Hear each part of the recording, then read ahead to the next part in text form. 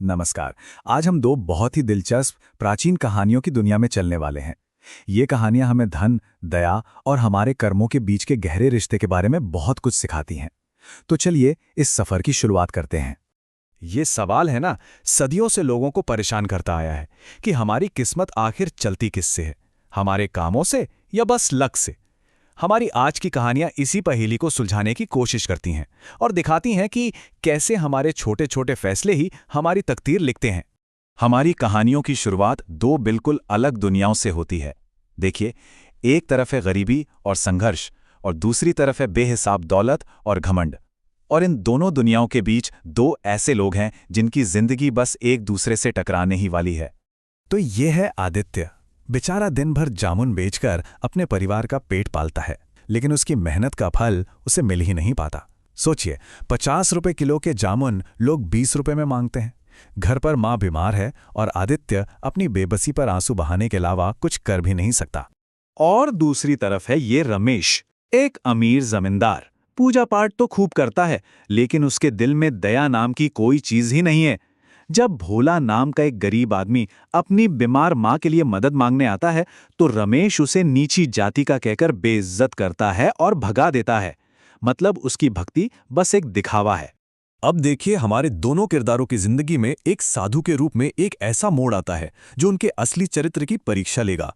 उनका एक छोटा सा फैसला, बस एक पल, और ये तय हो जाएगा कि वो असल में कौन है। यहाँ पर ना इंसान की दो अलग अलग फितरत देखने को मिलती है। एक तरफ आदित्य है, जिसका एक भी जामुन नहीं बिका, फिर भी वो अपनी पूरी टोकरी एक भूखे साधु को दान कर देता है। ये होती है निस्वार्थता। और दूसरी तरफ गांव का चालाक मुखिया, वो आदित्य की लाचारी का फायदा उठाता है और मीठी मीठी बातें करके सस्ते में सारे जामुन खरीद लेता है, ये सोचकर कि उसने एक मूर्ख को ठग लिया। और जानते हैं, यही फर्क दूसरी कहानी में भी साफ नजर आता है। एक गरीब औरत जिसके घर में खाने का एक दाना नहीं है, अपनी आखिरी रोटी एक साधु को दे देती है।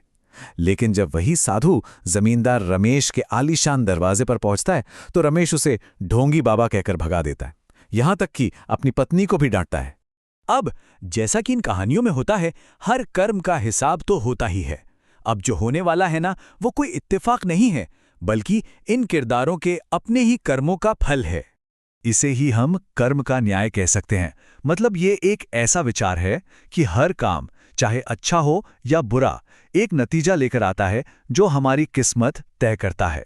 तो चलिए देखते हैं कि ये न्याय कैसे मिलता है। आदित्य की नेकी देखकर साधु उसे रानी नाम की एक जादुई चिड़िया देते हैं और कहते हैं कि ये तुम्हारे भाग्य की चाबी है। लेकिन एक शर्त थी, इसका राज किसी को पता नहीं चलना चाहिए। और जानते हैं क्या हुआ? जैसे ही रानी आदित्य के घर आती है, उसकी किस्मत रातों रात बदल जाती है।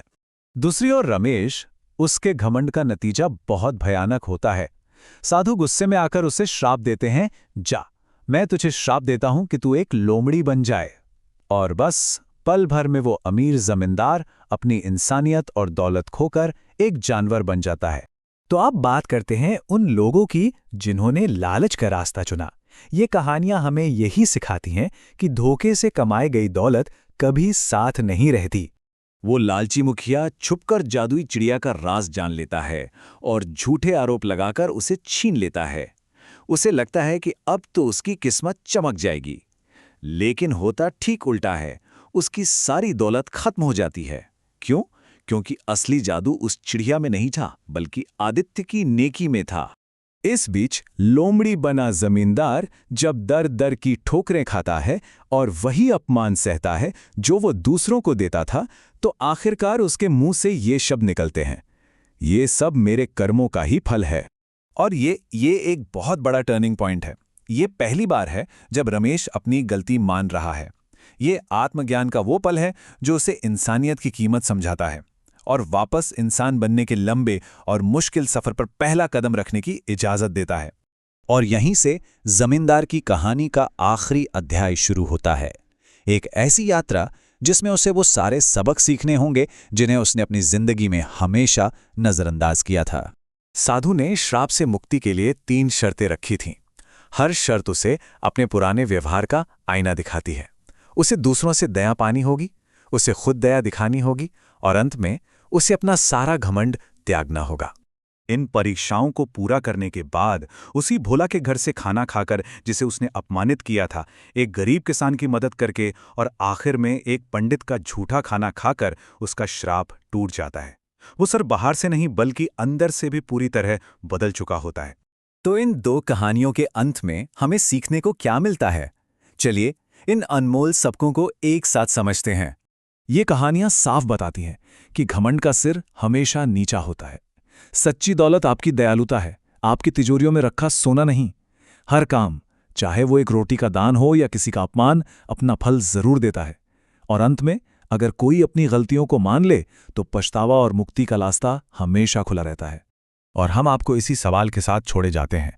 आज की इस जटिल दुनिया में, जो अक्सर हमें अनफेयर भी लगती है, क्या कर्म और परिणाम का ये सीधा साधा तर्क अब भी कोई मायने लगता है? इस पर विचार जरूर कीजिएगा।